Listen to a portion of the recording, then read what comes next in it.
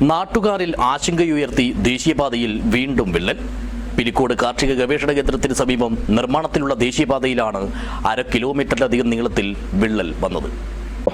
നമ്മളിതാ RARS തോട്ടത്തിൻ്റെ പാലത്തിൻ്റെ മുകളിൽ പടുവളം NH ആണ് ഫുള്ള് ഇതാ വിള്ളലാണ്. വിള്ളലുണ്ടായിട്ട് ഇവർ ഹൈവേക്കാരൻ എന്താക്കുന്ന പറഞ്ഞാൽ അത് ആളുകൾ കാണാതിരിക്കാൻ വേണ്ടി ടാർ വെച്ചിട്ട് മൂടി വെക്ക് ചെയ്തിട്ടില്ല. കാരണം എത്ര മീറ്റർ ഉയരത്തിലാണ് നമ്മൾ പടുവളം ഹൈവേ ചെയ്തിട്ടുള്ളത്. അപ്പോൾ മിക്കവാറും അത് ഈ മഴയത്ത് തള്ളിയതായിരിക്കാൻ സാധ്യതയുണ്ട് രണ്ട് സൈഡിലേക്ക്. കഴിഞ്ഞ ദിവസം നാട്ടുകാർ നടത്തിയ പരിശോധനയിലാണ് ദേശീയപാതയിലെ വിള്ളലിന്റെ ഞെട്ടിക്കുന്ന ദൃശ്യങ്ങൾ പുറത്തു വന്നത്. കാർഷിക ഗവേഷണ കേന്ദ്രത്തിന് സമീപത്തു നിന്നും ആരംഭിച്ച് പടുവളം വരെ നീളുന്ന ദേശീയപാതയിലാണ് ആഴത്തിലുള്ള വിള്ളൽ വീണത്.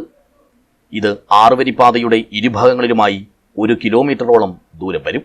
ഇത് ക്രാക്കാണ് കേട്ടോ, കാണുന്നുണ്ട്. അത് ടാറല്ല, അത് ക്രാക്ക് തന്നെയാണ്. കൈയിട്ടതാ.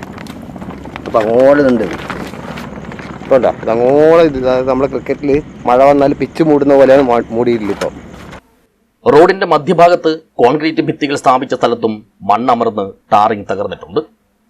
വിള്ളലിൽ താർ ഉരുക്കിയൊഴിച്ച് മൂടിവെക്കാനാണ് നിർമ്മാണ കരാർ കമ്പനി ശ്രമിക്കുന്നത്.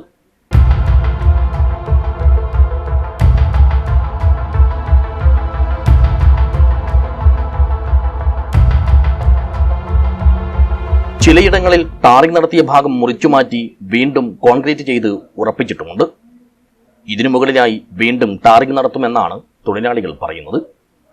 പിലിക്കോട് തോട്ടംഗേറ്റ് അടിപ്പാത കടന്നു പോകുന്ന റോഡിൽ 5 മീറ്ററോളം ഉയരത്തിലാണ് ദേശീയപാത നിർമ്മിച്ചിട്ടുള്ളത്. ഈ റോഡിൽ വിള്ളൽ കണ്ടെത്തിയതോടെ പ്രദേശവാസികൾ ആശങ്കയിലാണ്. News bureau, Cheruvathur.